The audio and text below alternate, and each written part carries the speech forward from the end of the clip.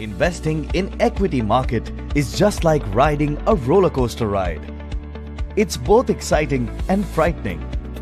When a roller coaster goes up, you will feel excited. But when it comes down, you will be frightened.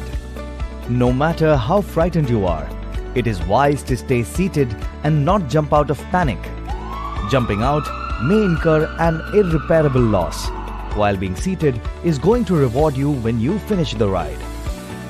So, in the case of equity investment, after investing, if the market goes up, you will be excited. But when the market falls, you will feel fear. Your success as an investor doesn't depend on whether you were frightened or not. It depends on what did you choose when you were under extreme fear. Correction is normal. Before equity mutual fund can create wealth for you, it goes through many ups and downs. If you feel fear and get tempted to sell due to it, remember one thing: correction is temporary and growth is permanent. In fact, a market correction is a good opportunity to invest more at cheaper prices, which eventually end up giving you more profits in the long run.